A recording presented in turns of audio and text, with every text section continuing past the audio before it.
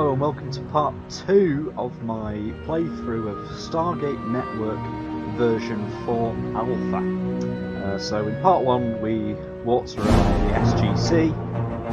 Now we're going to go visit our first planet, Abydos. So let's get into this.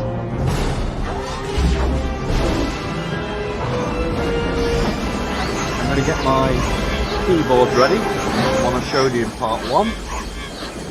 Yep. I modified that myself. Here we are. So we've arrived through the gate, and here we go. So let's go up to the control room. I'm going to grab the access card as well, and let's dial. So we go up to any of these two dialing computers here. Doesn't matter which one. We press E on the thing there. And then we need to dial Abydos. Now the symbols for this is, I don't know what these are called, but they all have names, the star constellations. So there's that one, that one, that one, that one, and then that one. That number 5 there, I think that's Virgo. I could be wrong. You got that one, and then of course we need the planet of origin, the point of origin, just the Earth symbol, and then press enter. And as you can see, the alarm's going off and it starts dialing. So if you look here on the, just like in the TV series and the films, the computer's dialing the address, and every time it locks in one of the symbols, it puts it in this sequence here of the 7 boxes there.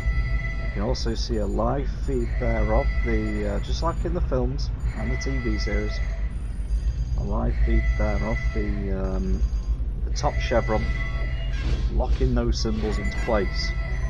All sorts of monitors here giving us, so we've got the energy output there, all sorts of things going on. Let's head down to the gate room, or the embarkation area. As you can see there, so 4 of the chevrons have already locked in place. That's the 5th one. I tell you what, I mean, look at the detail. You've got the sort of dry ice effect there, smoke, steam, whatever you want to call it.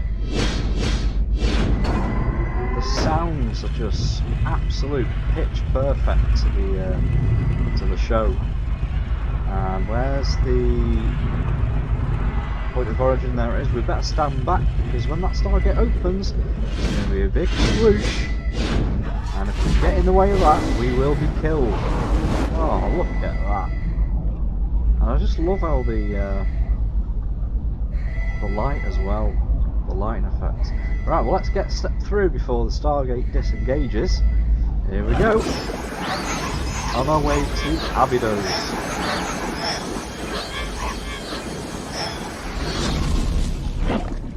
There we go.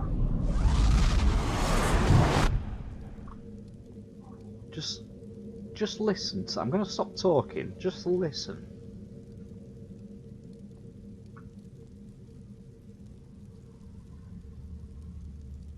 What a beautiful sound. You can hear the fire there crinkling. You can hear sort of a breeze going through the room. And as there, of course, is the rings, the activation transport rings hatch there. There's the Stargate, and we can't actually go through there because it's buried with rubble. Basically, they've not built that part of the map yet. We can go around. There's lots of nice little bits of detail here. You've got bits of pottery, actual pots, all sorts of things going on. There, of course, is the dial home device, or DHD. Of course, it's fully functional, as you can see.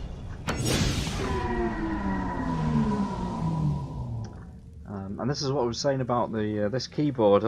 Is only useful when I'm on Earth, because you're dialing directly into a computer. But of course, with the DHD, you've got to activate. You've got to press these plates down on the panel.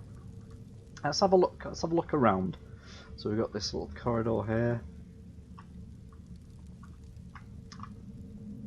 completely true to the show. And you've built this so beautifully. There we go. There we are. We've got the main chamber. This is where they have the big firefight in the original film. And we're going outside. Just, oh, it's breathtaking. Just look at that.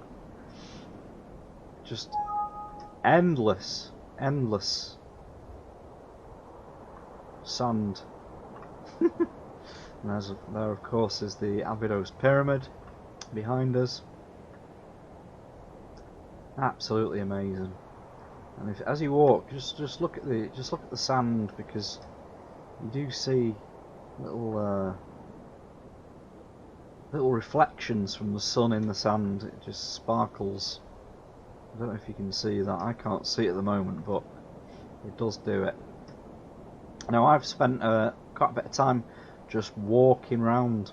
I think I spent about an hour just walking round, just in between reading something else on the other monitor, and it just goes on seemingly forever. There is an edge. There is a barrier edge which you can't walk past. But honestly, this map is absolutely phenomenally huge. You can't run in this version of the game, unfortunately. They have said they are bringing that function in the next version. You'll be able to sort of run or sprint, just like any other third-person game. Just the sounds and the visual effects. I mean, I don't know if you can see, but when you go down towards the bottom here, you can see sand being blown across the surface. It's absolutely amazing. And of course, there's the 3 planets there on the horizon there. If you just stand here, we might be able to see some of the sand being blown across the surface, and we'll find a bit. Now there is an Easter egg in, because of course we found that Easter egg in part 1, the little post-it note with the address of Abydos. Apparently there are other Easter eggs which I've not found yet, but apparently there's a bush, there's a green plant or a green bush somewhere on Abydos. I've not found it yet. Apparently all the addresses to the 2 other planets that we're going to be visiting in parts 2 and part 3 respectively, the coordinates to them planets can be found in Easter eggs. There you go, that's what I was talking about. Look, can you see that? Can you see the sand being blown across the surface? I'll just stand still. There you go, can you see it? It's amazing, isn't it? Absolutely beautiful. So, the Unreal 4 engine has so much potential. They've even released this game in VR, and they actually got the actor who played Dr. McKay, who was in about 4 episodes of SG-1, and before he was cast as a full-time cast member, main cast member in Atlantis. He went over and visited the team.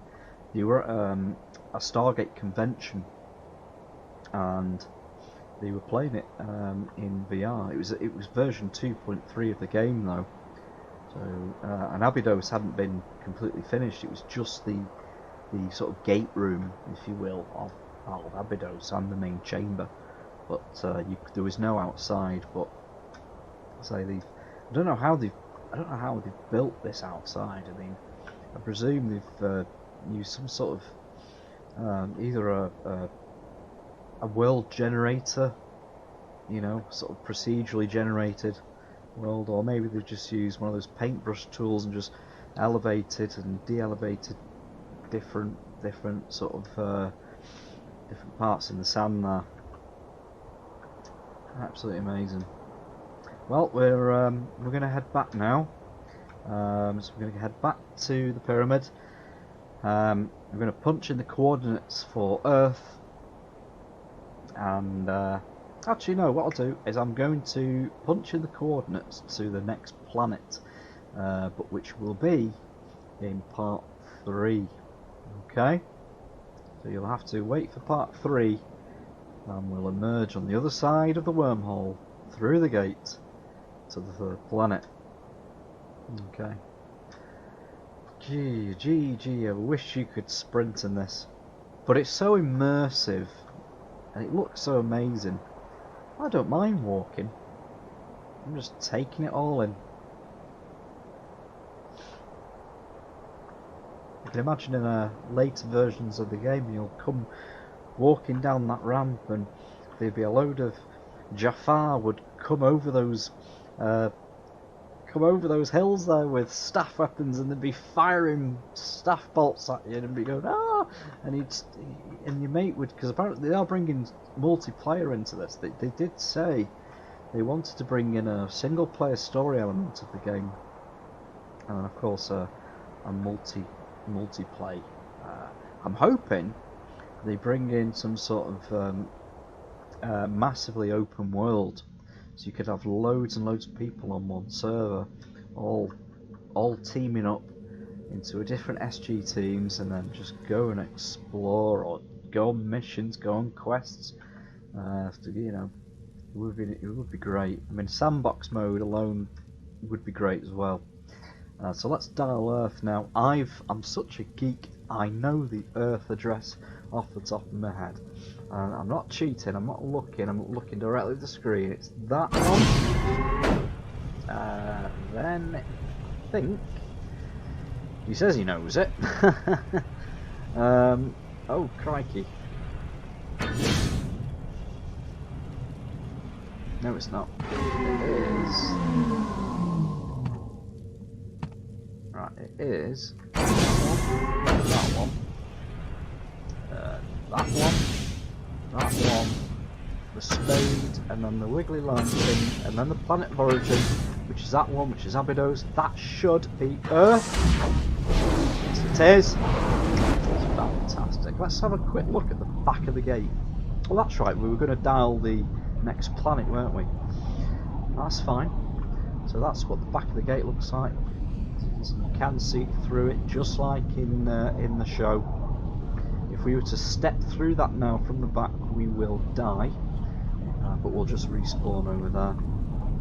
And I think it's about 38 seconds before the Stargate automatically disengages.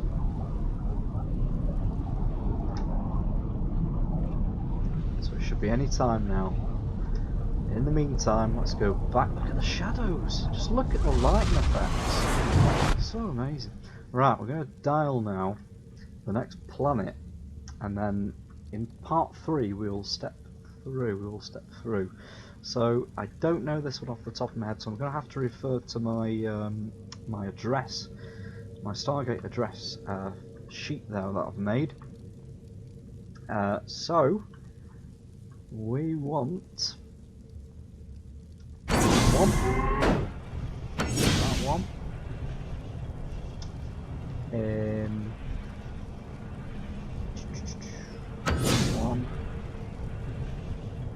that one.